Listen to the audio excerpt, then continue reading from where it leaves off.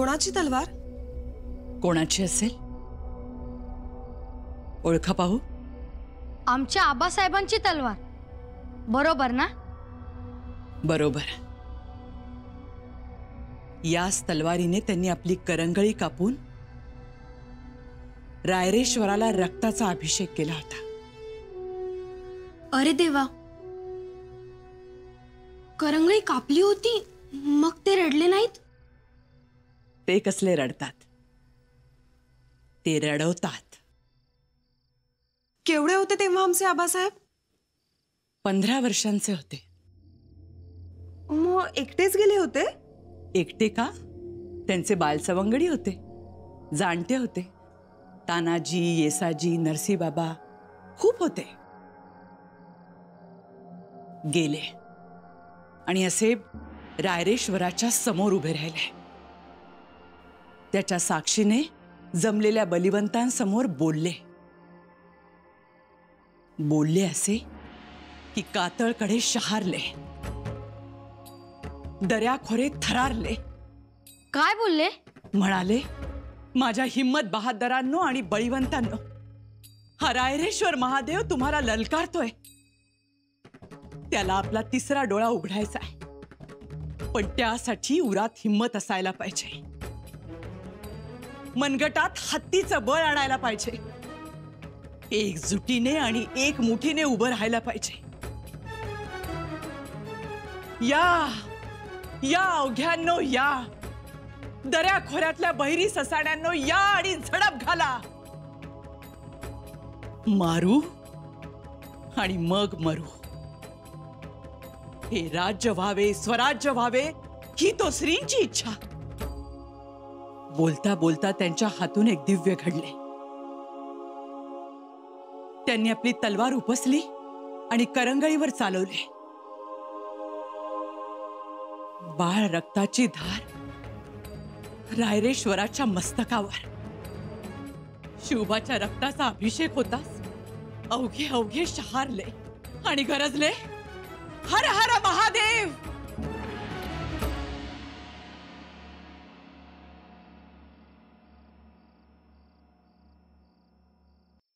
पण तुम्ही सांगितलं होतं.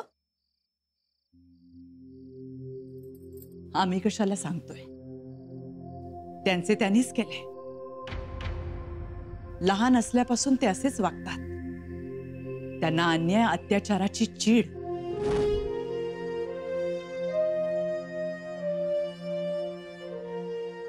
हात लावू तलवारीस? ही तलवार नाही, वीज आहे. ज्याला झेपेल पेलेल त्यांनीच तिला हात लावावा.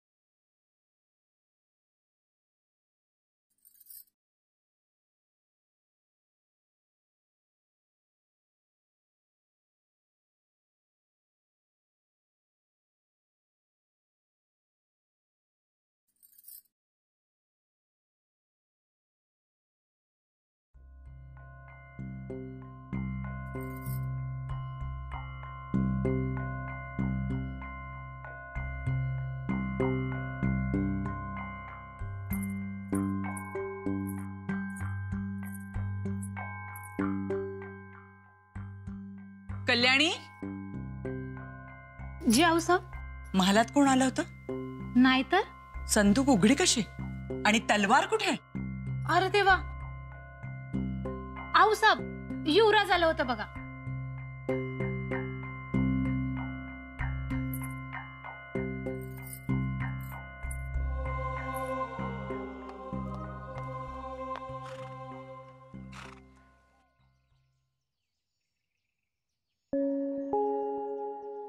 संधी चालून आली आहे. चला लवकर. चला.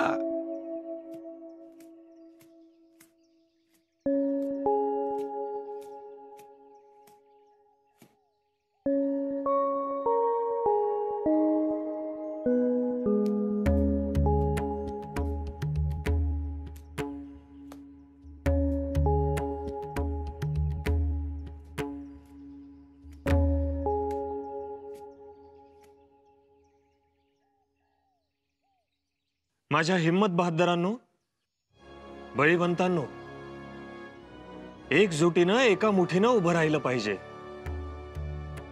राज्य व्हावं ही तो श्रींची इच्छा.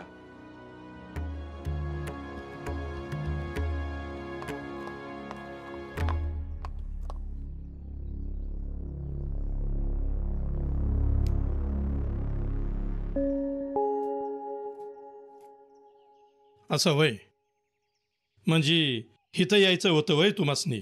हो, परंतु आम्ही तुम्हाला सांगितलं असतं तर तुम्ही आम्हाला रोखलं असतं. म्हणून तर आमची अशी पाचावर धारण बसवायची वय. अवलय घाबरलो की म्या. ही जागा बघायची राहिली होती म्हणून आम्ही इथे आलो. स्वराज्याची शपथ ज्याच्या साक्षीने घेतली त्या महादेवाचं दर्शन घ्यायचं होतं आम्हाला.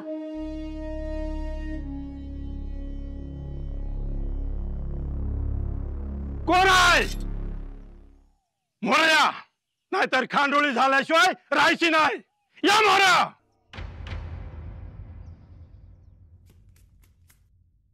अंबिका, आबासाहेबांची करंगी कापली तिथे जखम असेलच ना? असेल. आपण बघूयात. चल.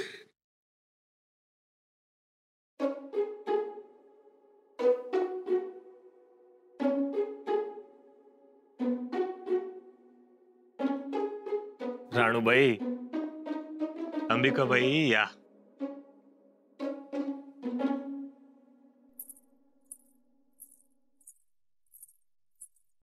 काही काम होतं का? नाही.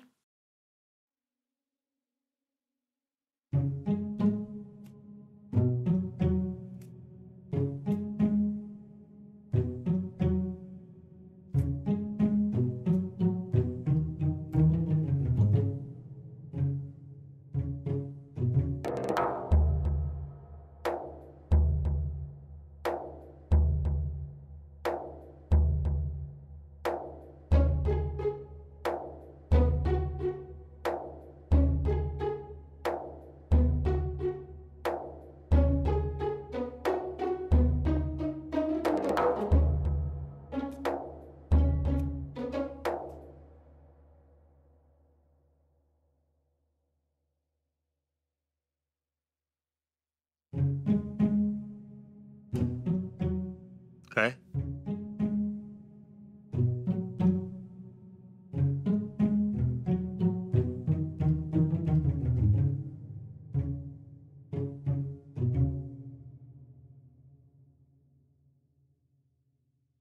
आबासाहेब, तुमच्या हातांच्या नखांवरती कवड्या आहेत.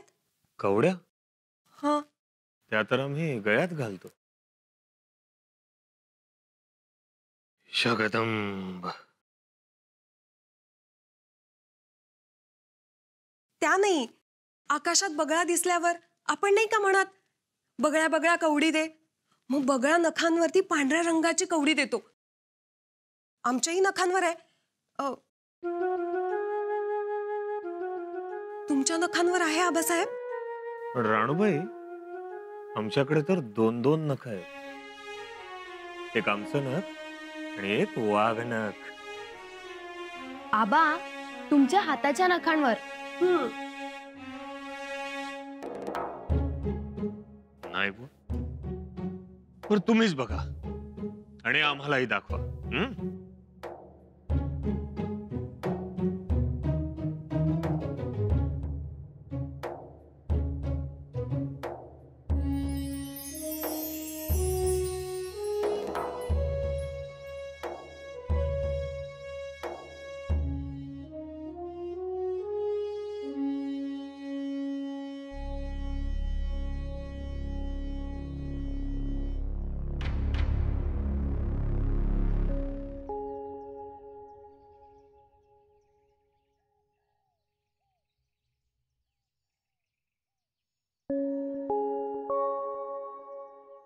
या रावळाचे पुजारी आहोत आम्ही. युवराजांना आम्ही बघितलं, ओळखलं, म्हटलं दर्शनाला आलेत, म्हणून उतरलेला डोंगर चढून परत वर आलो. युवराज, मुजरा घ्यावा.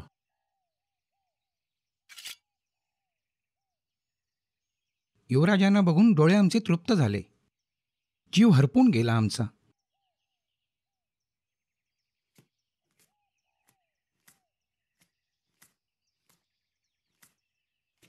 सर्व काही ठीक आहे ना? काही तकलीफ? काही तकलीफ नाही. थोरले राजे इथं आले होते. त्यांनी या जागेवर शपथ घेतली. त्यावेळी मीही होतो. तो सोहळा आम्ही मनात जपून ठेवला आहे. केवढी ही श्रीमंती मिळाली आम्हाला, त्यास तोड नाही. नशीबवान आहात तुम्ही. युवराज, दर्शन घ्या. गडावर परतायला दिस बुडल.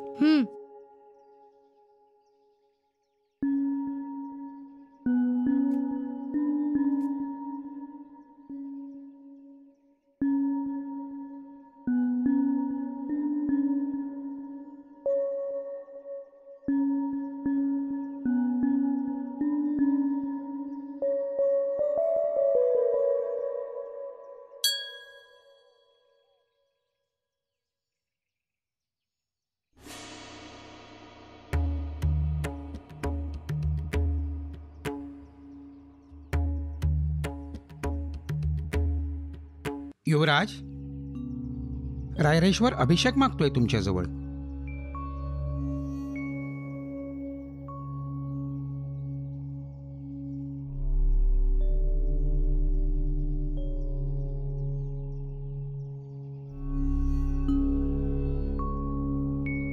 असे मग अभिषेक करूच. ही काय फुलं आणली आहेत? आज बेल पण आणलाय. पूजा सुरू करा. मी पाणी घेऊन येतो.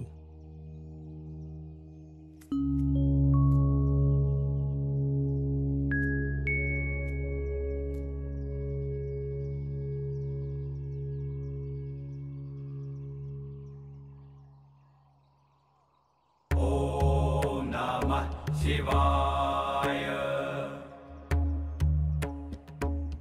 ओम नमः शिवाय. कुंडातलं पाणी चाटलं या. पाणी तर लांब बोराच्या माळावर मिळेल. आम्ही तर पाणी पायथ्याहूनच आणतो. आलोच म्या. गोमाजी बाबा, जरुरी नाहीये.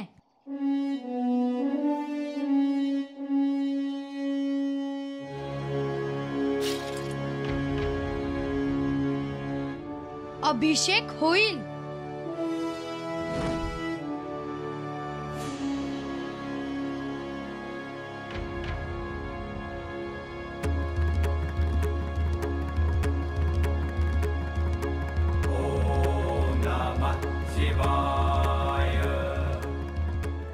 महादेवा, आमच्या आबासाहेबांना जी हिंमत दिली, जे बळ दिलं आणि जो आशीर्वाद दिला, तो आम्हासही दे. आमच्या हातून रयतेची सेवा होऊ दे आणि लोकांचे कल्याणही होऊ दे. देवाला बी भोसल्यांच्या रक्तानं आपली जटावली करायची असेल म्हणून तर पाणी मिळू दिलं नाही. हर हर महादेव.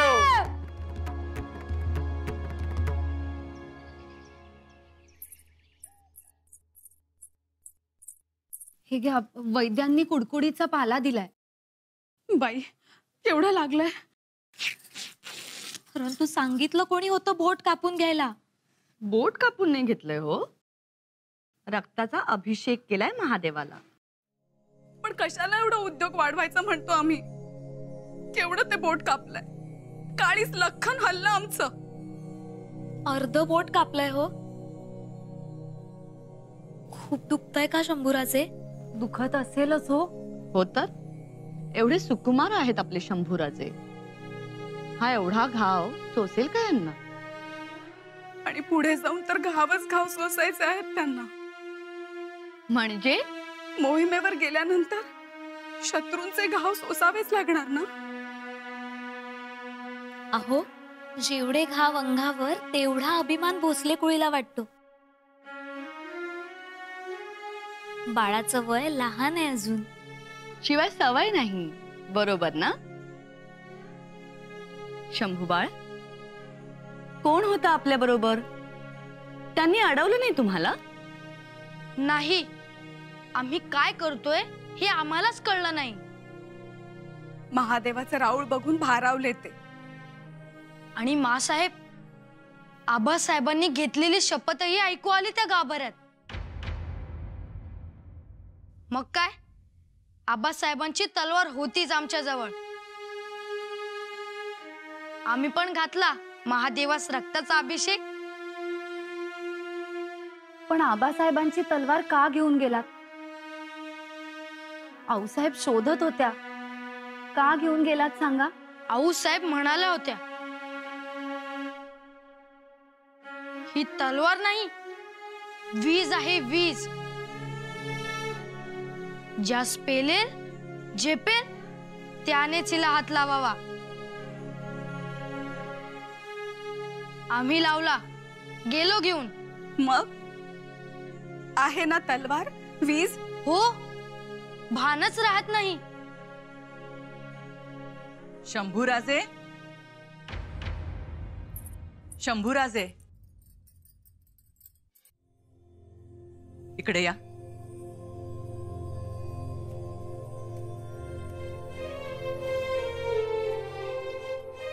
ती तलवार द्या इकडे. असं हत्याराशी खेळायचं नसतं.